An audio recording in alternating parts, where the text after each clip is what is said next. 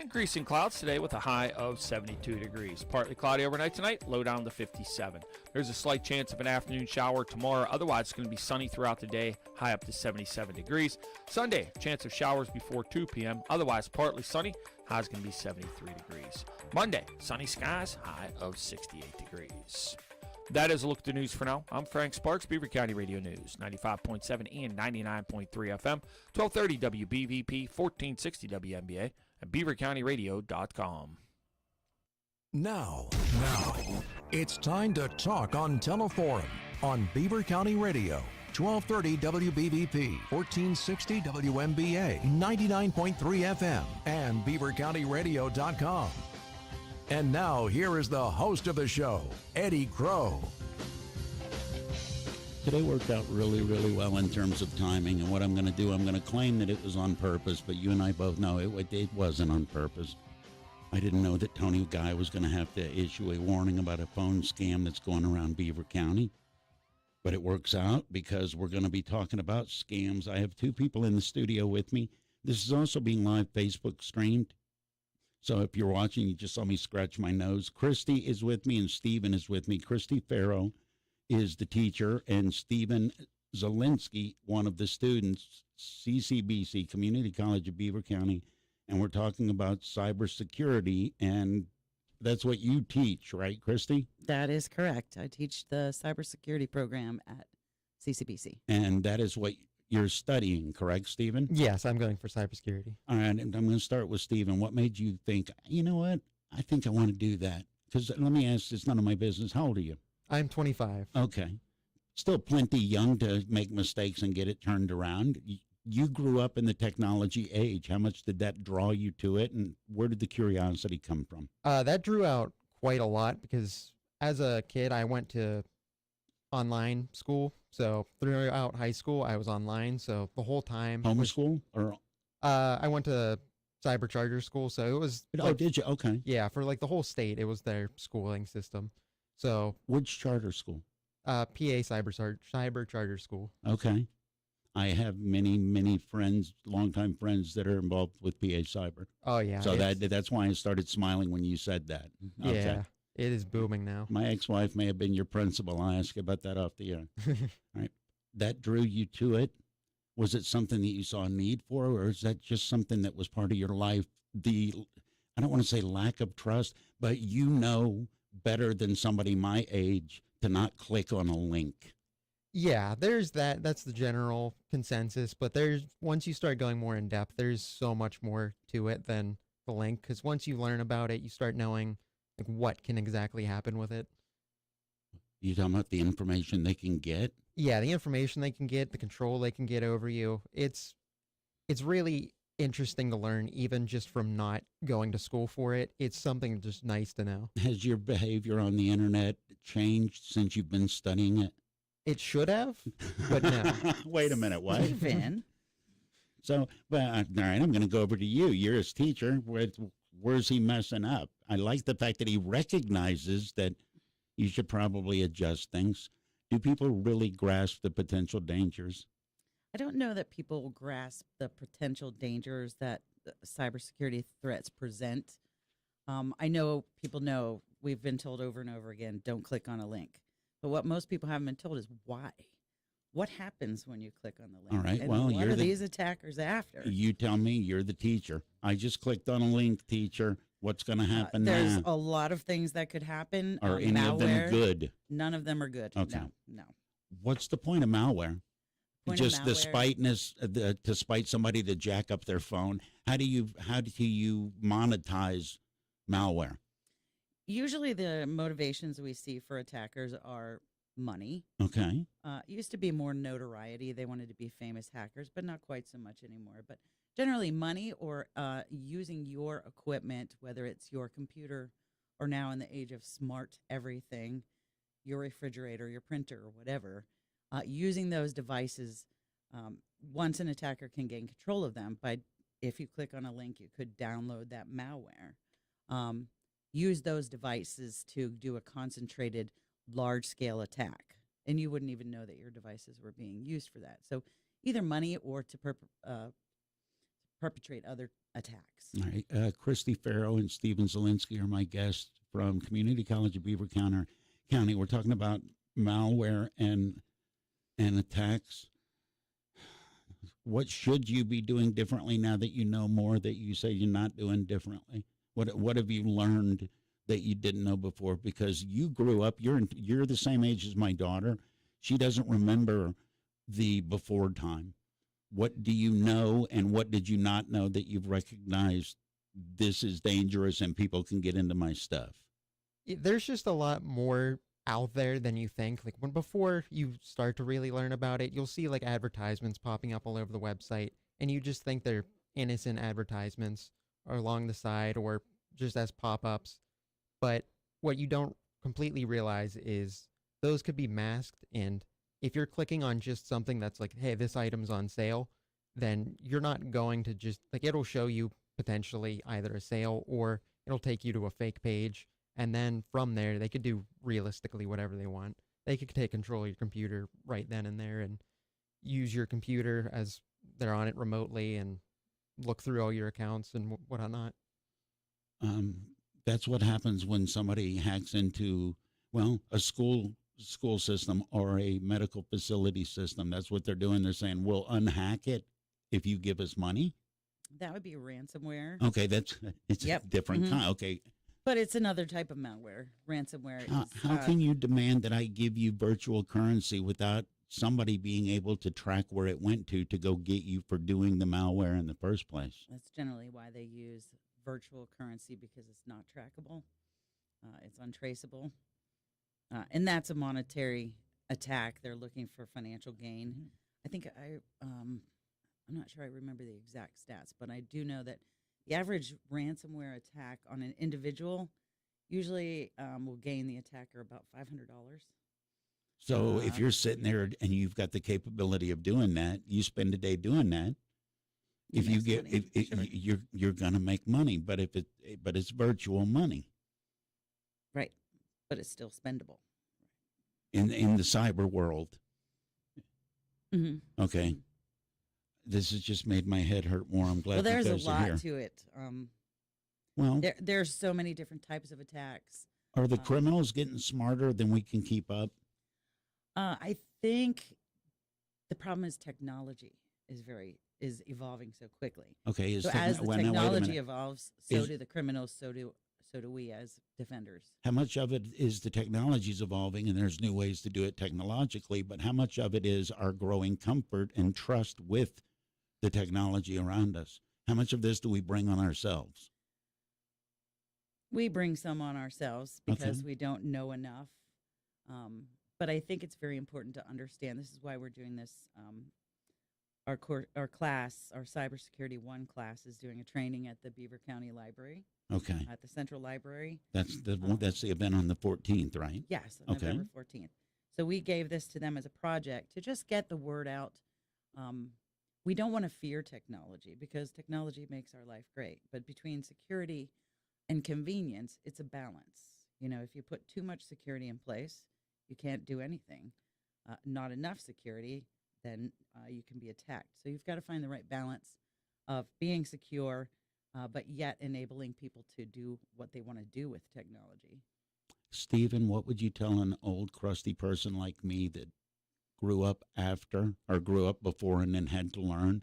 What do I not know about technology that you do? Well, you were talking about a project off the air. What's the project? It's to help people like me, people that don't understand the technology as well as others. Talk about the project. Yeah, the project is a simplified version of what we've been learning. So it's like everything that we've been grasping, but we sort of make it in the words that we cut out all the big technical jargon that's not needed. Stephen, you can say it. You dumb it down for people like No, me. I would never say that. You can say Absolutely that. not. That is not what our project is. But yeah, it's all the stuff we're learning and simplified down. Like there's so much information out there that for cybersecurity people is vital, but for your average person, they don't really need to know it. How easy is it if I wake up one day and I decide I want to be a scoundrel? How easy is it for me to learn how to try and scam people? Because every holiday season this comes up.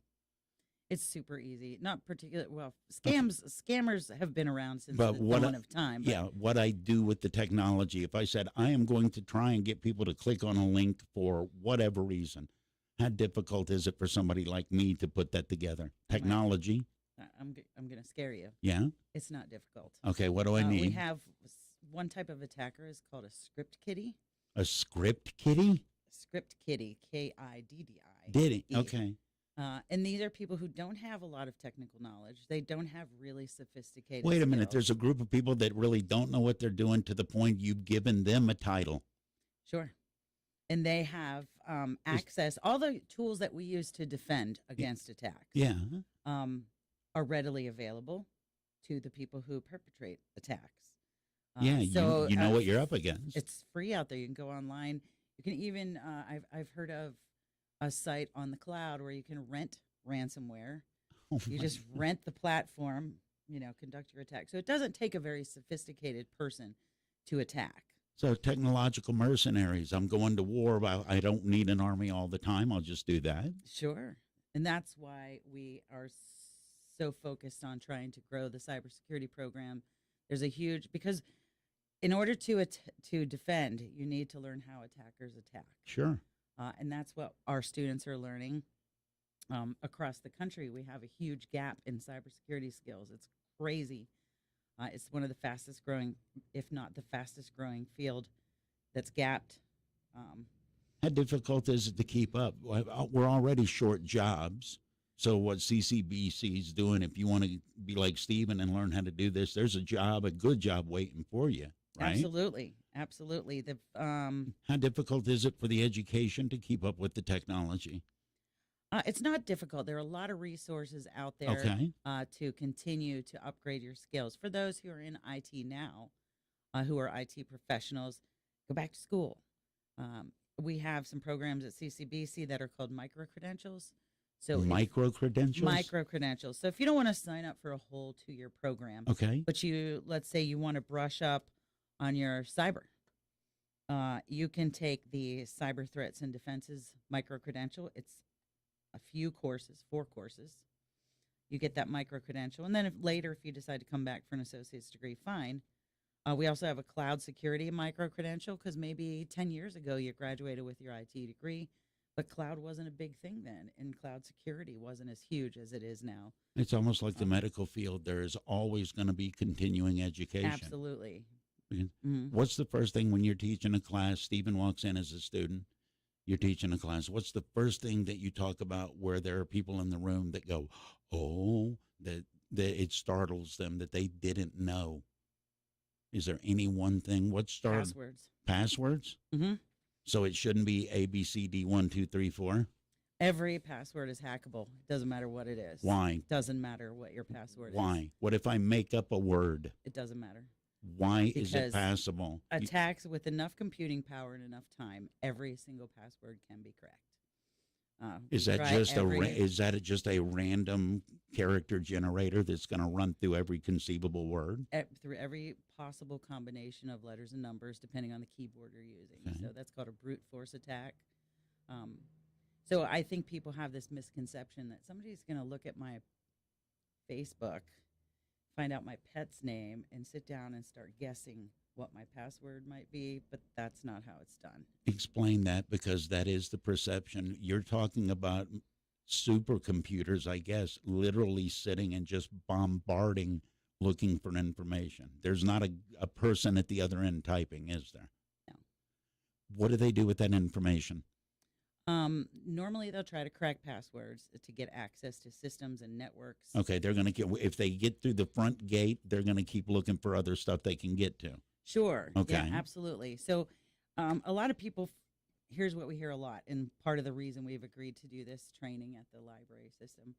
A lot of people feel that I don't care if somebody cracks my computer or There's cracks my nothing password. on there. I don't have any money in my bank account. Yeah, I don't rob have me. anything on my computer. Good luck. Right. But what you might have on your computer is a connection to your workplace, to your bank, to your school. Those can be exploited for the big money. Let's say you work at Heritage Valley Health System and you use the same password on your home computer as you do at work. If I crack it, I'm getting in. I got into your computer, and now I'm going to jump over to their computer, and I'm going to cause all sorts of havoc. They're trying to aim for a bigger target, and they will use you as the entry point. What do I do? Stephen, I got hacked. I call you. What do I do? I got malware. What do I do? Well, the first thing you would do is hopefully you would have antivirus, and you would let that go and scan and try and see if it could get that off of there. Do the antivirus programs work? Or I always was taught they don't really do much other than tell you, yes, you've got a problem. Is that fair to say? The antivirus before, kind of, but now they have evolved almost to the point of where they're the biggest competitors to the people trying to break into you, where they will actively learn and start like learning what the viruses are, and they'll scan for it and they'll remove it for you. They're behaving as a person would against these viruses. All right. Can you guys hang out a little bit? Sure. Hang out. All right, because I got plenty more questions. Stephen, is the government watching us right now through the hole in our phone? Absolutely not. I can't. You went the confirm wrong way. You're not going to be a talk show host, Stephen. that. Nope, they can't do that. Stephen Possible. Zalenski and Kristi Farrow are my guests from Community College of Beaver County. We're talking about technology and how evil it is, except it's not, and they're talking me down off the ledge. More after news on Teleforum. The economy is tanking. Crime is soaring across Pennsylvania. John Fetterman's solution? He would double down on job-killing tax hikes. Fetterman supported the largest tax hike in Pennsylvania history. He backs higher federal taxes, too, making working-class families pay even more. And Fetterman wants even more wasteful spending, causing even higher inflation. Gas prices are rising again, retirement accounts are plummeting, and families are struggling to put food on the table. But Fetterman still supports the liberals' failed economic agenda. They're taking away what you worked so hard for, with higher prices and higher taxes. Things would get worse with John Fetterman in Washington, because there would be no one to stop them. So we have to stop Fetterman. He's wrong for PA. John Fetterman is reckless. He's a far-left fraud. Senate Leadership Fund paid for and is responsible for the content of this advertising. Not authorized by any candidate or candidates committee. www.senateleadershipfund.org. While serving in Afghanistan, I was hit by sniper fire. The fighting was so intense, the medevac chopper was barely able to land. In the hospital, I was given a 5% chance to live. It's a good thing math wasn't my best subject. Today, I visit classrooms and share my story. I talk to kids about dealing with life's struggles. I tell them, with a little help and a lot of work, that you can overcome any challenge. DAV helps veterans like Adam get the benefits they've earned. They help more than 1 million veterans every year in life-changing ways. I know that some struggles are big and some are small, but they're all struggles, and you have to learn to get through them. With support from DAV, more veterans like me can live their best life. And as a new father, I have one more reason to keep on keeping on. My victory is being there for the next generation. Adam Alexander, may your victories inspire many more. Support more victories for veterans. Go to DAV.org. This is Rico Elmore, candidate for Pennsylvania State House District 16. I'm the one serving in the Air Force and on Borough Council, raising my daughter and working to give others a second chance. Do you agree the career politicians have failed us? If so, I'm asking for your vote because I'm not a politician. So you can trust I'll fight for lower taxes, local energy independence, reliable safety nets for our families, and job training programs for our workers. I'm Rico Elmore, and the Friends of Rico Elmore has paid for this ad. Highmark Blue Cross, Blue Shield, and Allegheny Health Network are pleased to present a new show on Beaver County Radio called Heroes. Tune in every Saturday at 10 and Sunday at 12:30 for Heroes, a wonderful half-hour segment hosted by Jim Roddy that profiles many of the local heroes in this community. Click highmark.com for more information and then tune in for Heroes this Saturday at 10 and again Sunday at 12:30 on WBVP, WMBA, and 99.3 FM. The only thing more frightening than a good ghost story around Halloween time is the fear and anxiety caused by domestic violence. The big difference, of course, domestic violence is real, and so are the problems it causes. The Women's Center of Beaver County wants to remind you that there are many resources and options available for victims suffering from abuse in the home. If you've experienced domestic violence, call the Women's Center of Beaver County at 724-775-0131 or click womenscenterbc.org.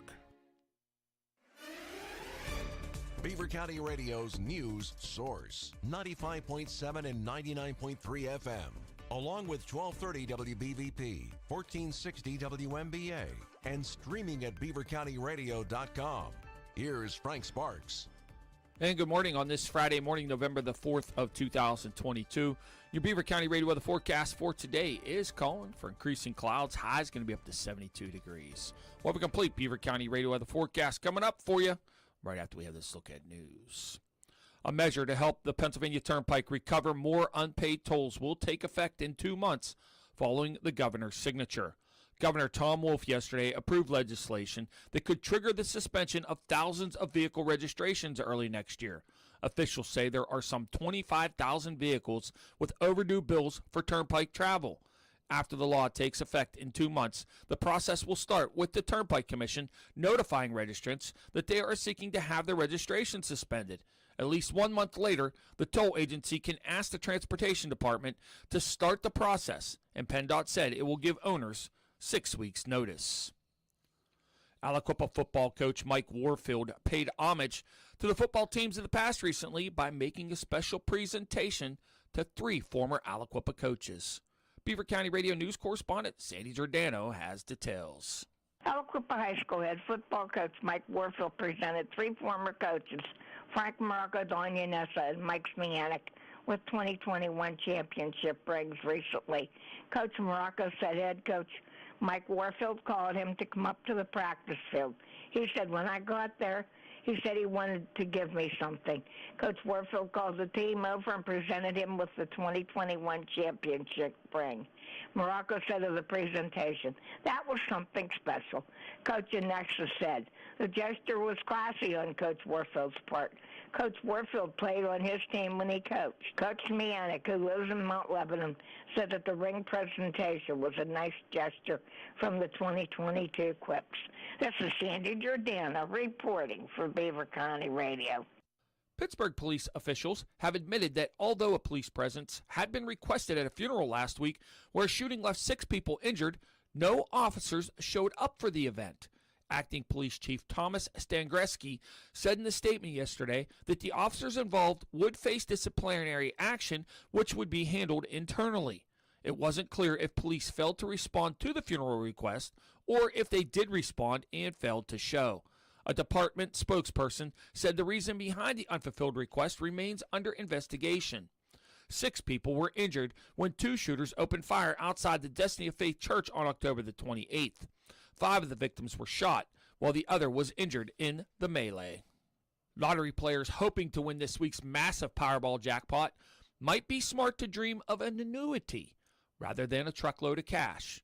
Wednesday night's $1.2 billion Powerball jackpot went without a winner, but now an even more massive $1.5 billion prize is up for grabs on Saturday night. An annuity doled out over 29 years is not as sexy as cash, but would pay that advertised $1.5 billion prize. Winners who opt for cash would get just under $746 million. That's less than half as much.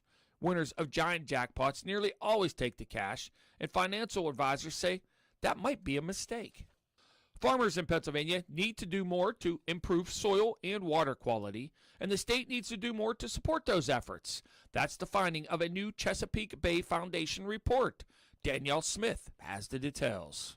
It cites big economic reasons for improving the Chesapeake Bay watershed and estimates the benefits for the state could total more than $352 million a year. Molly Cheatham with the Chesapeake Bay Foundation says her team helps farmers adopt conservation practices. She says some are as simple as planting trees along streams, creating forest buffers that reduce pollution, provide shade, and protect soil. For our team, we're using those trees for multiple reasons, but a lot of it is for maintenance as well. So in a lot of these buffers, there will be a mortality rate. And so we're planting those trees in these buffers to maintain a certain amount of trees survival within an acre of buffer. Agriculture in Pennsylvania is the main source of nitrogen pollution in the Chesapeake Bay. The report says implementing the conservation practices needed for the Keystone State to meet its goals under the Chesapeake Clean Water Blueprint would also support almost 3,500 jobs. Here's the Beaver County forecast on 95.7 and 99.3 FM, along with 1230 WBVP, 1460 WMBA, and streaming at beavercountyradio.com. Increasing clouds today with a high of 72 degrees. Partly cloudy overnight tonight, low down to 57. There's a slight chance of an afternoon shower tomorrow. Otherwise, it's going to be sunny throughout the day, high up to 77 degrees. Sunday, chance of showers before 2 p.m. Otherwise, partly sunny, high is going to be 73 degrees. Monday, sunny skies, high of 68 degrees. That is a look at the news for now. I'm Frank Sparks, Beaver County Radio News, 95.7 and 99.3 FM, 1230 WBVP, 1460 WMBA, and beavercountyradio.com. Where the listeners of Beaver County have a voice. Teleforum with Eddy Crow, 724-843-1888, 724-774-1888. It is Teleforum, and I am learning stuff all over the place. If you would like to watch this in addition to listen to this, you can. Kristi Farrow, who is a teacher, and Stephen Zalenski, who is a student, Community College of Beaver County. We're talking about cybersecurity. The event is the 14th. What are they going to be taught at the event? And who's doing the teaching? Kristi, are you doing the teaching? Is Stephen making the presentation? What's going on? I have had the class put together the presentation Is that with what some okay. guidance and a few redirects during rehearsals. We've had some rehearsals. But the title of the presentation is Zombies, Bots, and Modern Day Robbers. And so they are going to talk. That's groovily close to Lawyers, Guns, and Money, which is an old Warren Zevon song. Yes, it is. I love that song. I salute you. Zombies, bots, and what? Modern day robbers. Zombie. You can hear him saying it, can't you? Mm-hmm. All right. What are zombies? And I think I know what bots are. Well, realistically, they're very similar. Or just the same thing. But whenever somebody puts malware on your computer, it might not do anything, and you won't even know that it's there. And it's just sitting there waiting to be activated by that person, and they can do several things with it. Like, if you're getting a spam message, they get several dozens of computers to send out those messages because they need the computing power. And instead of getting it themselves, you may as well hijack control of other people's stuff. This is scary. So you've heard of a distributed denial of service attack or DDoS attack? Oh, yeah. I was talking about it at breakfast with my cats. No, I haven't heard of that. What is that? So this is, if your computer, let's say that your computer is the victim computer. Okay. And I want to put you out of business. Fair enough. I want to take you down. Sure. If I have thousands, I can have hundreds or thousands of zombie or bot computers. These are just unsuspecting people who have clicked on a link and let my remote control malware enter their computer. I can use all of those to direct an attack against one target, and all those computers trying to connect with one target will knock it down. And all of that becomes at least plausible by me clicking on a link. If you click a link, your computer could be added to a botnet or a herd of zombies. Those are two different phrases we use. But it could be used as part of an attack. And you would not know. It would just be, translucent or transparent to you. And that could also go from my stuff to other people's stuff. And who's doing this? Is there somebody sitting in a hut somewhere in the middle of nothing that's got all the computing power? Who are the people that are trying to rip me off? Who are the people that you're trying to teach kids to protect me from? Attackers who are, it can be anyone. All over the world. There are different kinds. Like I mentioned before, the script kiddies. There are also nation-state attackers who are going to attack. Those are kind of... That's a polite way to say a country that's ticked off at somebody. Right. Okay. Right. That's country-sanctioned let's say politically sanctioned. Okay. Sometimes attackers can be what we call hacktivists, which are activists, hackers. So they might have a purpose. Let's say somebody is very against using animals for testing. Okay. And they hack the site of a cosmetics company or something like that. So there's different motivations. It doesn't take a great, huge skill level to carry out some of these attacks. So we can't say who it is, Because but we know it's literally- happening, and we know that we can't just, it's not if you're going to be attacked, it's when you're attacked, what do you do? Do you think people in this country understand how fragile the technology infrastructure is? After talking to you, you've schooled me up, and Stephen has schooled me up, but I have more concerns now. If an idiot like me can cause that much damage, we need people to help us, don't we? Please We teach do. more. Well, this is what I tell my students. So almost anybody can be a hacker, but number one, it's illegal. If you get caught, you land in jail. Yeah, that stops every American from Right. bad behavior. However, I ran 3 stoplights today. Did you? Yes. But you get paid very well to defend That's what against them. You can be a hacker, an ethical hacker. We teach that class at CCBC. Ethical hacking is breaking helping the law people. for good? It's not breaking the law. If Well, it's ethical. you said hacking is against the law. This is one field without the consent. You get special Without consent. dispensation. Is that what happens? No, ethical hacking Okay. is if you hired an ethical hacker to come in to your business, and they could do a vulnerability assessment, see where your gaps are, see things that can be fixed. And sometimes you'll hire somebody to be an ethical hacker and say, here you go, hack. Tell me where my vulnerabilities are so that I can fix them. Okay, so they're not hacking somebody else for you. They're trying to hack you to demonstrate where the problems are. Yes. But again, illegal unless you have a contract that allows you to do that. But you get paid a lot of money to do that. Defense is where the money is. That's my next question. Is it a 4-year program? Is it a 2-year program? Is it one of those rare programs? Not rare at CCBC, but there aren't a lot of programs where you can come out and be making a living wage. You can. Yeah. We have a 2-year program at CCBC. So our cybersecurity students can go right into the workforce and earn a living wage. As of October 27th this year, the average entry-level salary in Pennsylvania for a person with a 2-year cybersecurity degree was between $63,000 and $67,000. No way. Which is a great starting wage. And that can certainly, you can go on to a 4-year degree where the salaries get even higher. Yeah. I'm not going to say everybody's going to start at 63, but you can certainly get a good entry-level job that can You can come make a out. living You can wage. come out and make money. Stephen, what drew you to the program? Well, I really liked working with computers, so I originally went for computer science, and I found that that wasn't much of a draw for me. So I switched over to cybersecurity, and then after doing a lot of research on it, like you said, there is a severe shortage of people who are willing to actually defend it instead of attack, because for attacks, you don't really need an education. You don't have to learn for that. You could just go online and figure out ways to send out all these scams. So for the people who want to defend, there's an infinite growing number of people willing to attack, and not as many people who want to try and stop them. So I wanted to jump in on that because it is incredibly fast growing. What's your plan? You're a student now. How long do you get through the program? Well, I'm going for the 2-year. Okay. And hopefully we'll be moving on to a 4-year degree, and then I would ideally like to work for the Department of Defense.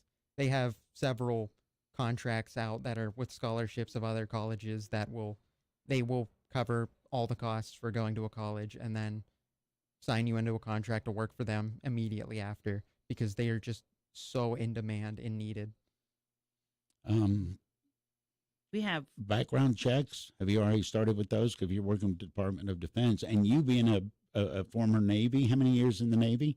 almost 22. Okay, so you know all about this stuff too. That's literally, if you want it to be, that's a job forever, isn't it? Yes. And you don't have to go Department of Defense. unfulfilled jobs in cyber across the country have grown 350% since 2013 until now. 300, really? So right now there are approximately 3.5 million jobs open. And 3.5 million jobs. Okay, and that's not going to change over the next 5 years. The growth is going to continue, and the number of unfulfilled jobs is going to remain. So this is a big concern. There's many national initiatives to improve our cybersecurity education pipeline, and get more people into the workforce. Tell people how they can get involved in the event that you've got going on that Stephen's going to do part of the presentation. It's the 14th of November, and it's at 10 o'clock, and it's at the library, and all of this is in conjunction with the library. Librarians are the smartest people. They are. Because they're looking ahead, and all of this is in conjunction with them. But if people want to get involved or take a look at the program, how do they do it? Let's see. The program is going to be at 10 o'clock on the 14th, like you said, at the Central Library in Monaca. And if you go on, well, give me a moment. There are flyers if you go on the library's website. Okay. You can sign up for that. You can register. And we would like to see you there. I may show up. I may have a new career. That's way better. Great. Yeah. Come over. So, all right. Registration's open for spring at CCBC for the spring semester. You can come on over and sign up for classes. Okay. I'll personally teach you. Yeah, dude, me and I'll you. stay back just for you. Hold up your life to teach an old guy something that he's probably going to get in trouble with. Good call. What did I not ask you that I should have asked you? Stephen, I'll start with you. Anything? Not really I can think of. Just stressing how. Oh, no, I know what I want to ask you. Okay. Do you own an Alexa, or do you have a machine in your home that can listen to you? I do, because there's a point of where just being so skeptical of things listening to you, you won't have anything in your house at that point. TV remotes, your TV can listen in. Everything has the potential to do so. So you just made your peace. It's like, this is the way it is. It ain't worth fighting no more. Live your life. Yeah, nobody's listening in and caring to what you have to say unless you're really trying to hide it. Then people will be like, wait. Is that when the experts notice when you're going through a lot more steps to try and hide what you're doing than the normal person? Oh, yeah. Is that it? If you try and hide yourself, then that's a lot more concerning than just being like, okay, sure, you can listen to what I say. You could listen to me talk about my dinner. And they don't care about that. But if you're going out of your way to hide it and they catch wind of that, it's, well, what are you hiding? Yeah, it's hiding in plain sight by behaving like everybody else. Yeah. All right, Kristi, what did I not ask you that I should have asked you as the teacher? I would say, let me think. I think that a lot of people hesitate to start an education in something like cybersecurity because they might think, I don't really know computers, or somebody like me. Sure. Yeah. But we'll teach you that. Okay. I mean, you don't have to have prior knowledge. You can just start at CCBC.